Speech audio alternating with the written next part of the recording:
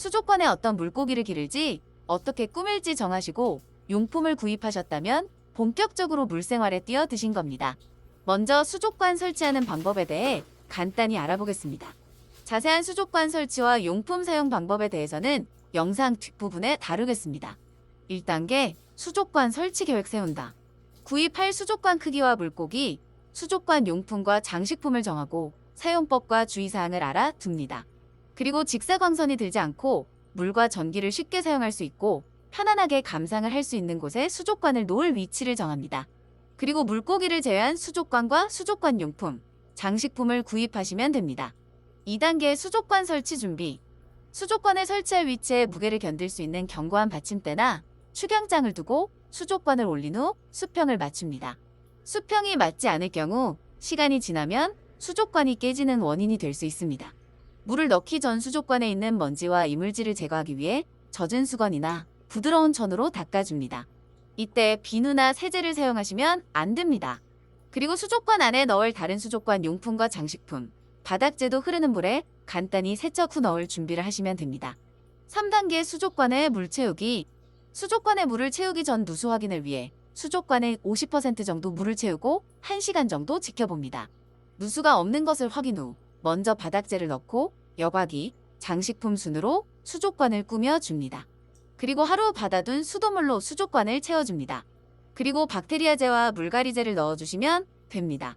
수족관 초기 세팅 시 바닥재를 씻어 넣어도 물이 흐려지지만 여과기를 설치하여 작동시키면 금방 물이 맑아집니다. 4단계 수족관 물잡이. 수족관에 물을 채웠다고 해서 물고기를 바로 넣어주시면 안 됩니다. 물고기들이 건강하게 잘 살 수 있는 물을 만들어주는 과정을 거쳐야 됩니다. 이를 물잡이라고 합니다. 물잡이는 암모니아와 아질산을 분해하는 유익 여과 박테리아들을 번식시키는 시기이며 보통은 2주 정도 걸립니다. 물잡이 기간을 줄이기 위해 시중에 판매 중인 박테리아를 수족관 용량에 맞춰 넣어주시거나 물잡이용 물고기를 2마리 정도 넣어주시거나 수족관에서 사용하고 있는 스펀지 여과기를 청소하며 나오는 스펀지 국물을 얻어 수족관에 넣어주시거나 사용한 지 오래된 여과기를 그대로 수족관에 넣으시면 물잡이 기간이 아주 짧아집니다. 물잡이가 끝나면 물이 처음보다 더 투명해지고 거품도 적게 생깁니다. 5단계 물고기 입수시키기.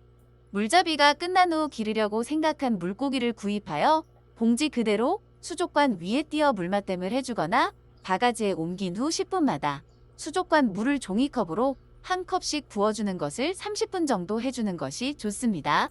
물고기를 수족관에 옮겨 넣을 때는 물고기만 넣어주시는 게 좋습니다. 물맛댐을 하는 이유는 물고기 포장봉지 안에 있는 물의 수온과 수족관 안에 있는 물의 수온의 차이, 그리고 pH 차이를 줄이기 위해서 하는 것입니다. 급격한 pH 차이나 수온 차이가 있을 경우에는 물고기에게 충격을 줄 수 있어 수족관 적응에 어려움이 있을 수 있습니다. 물고기 입수 후 하루 정도 뒤에 사료를 주시는 게 좋습니다.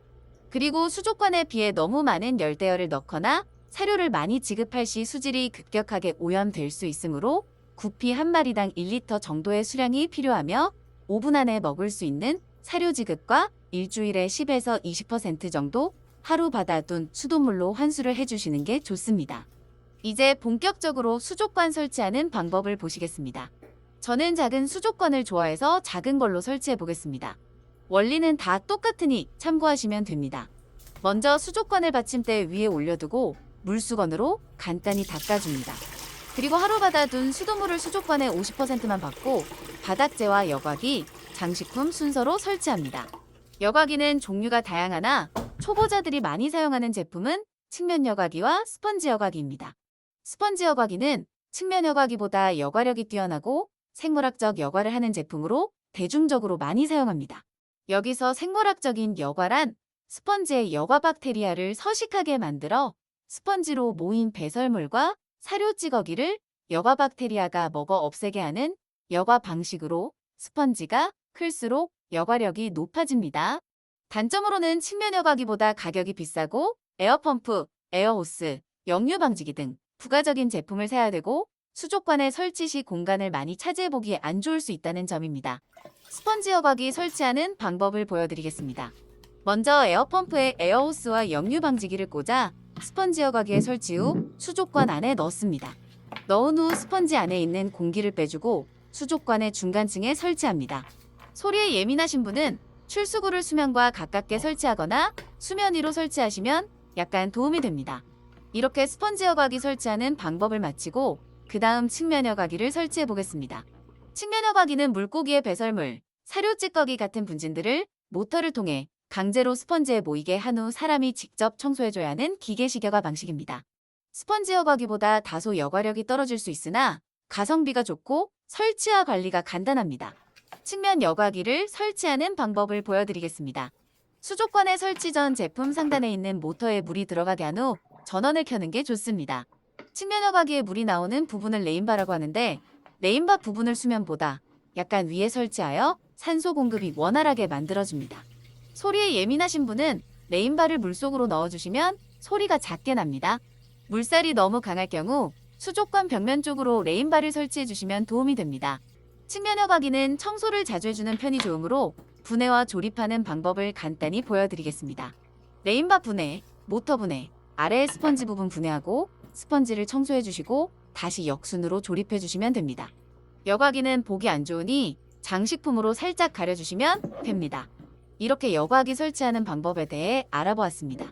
다음은 장식품으로 수족관을 꾸며주겠습니다. 장식품의 경우 개인 취향에 맞게 꾸며주시면 됩니다.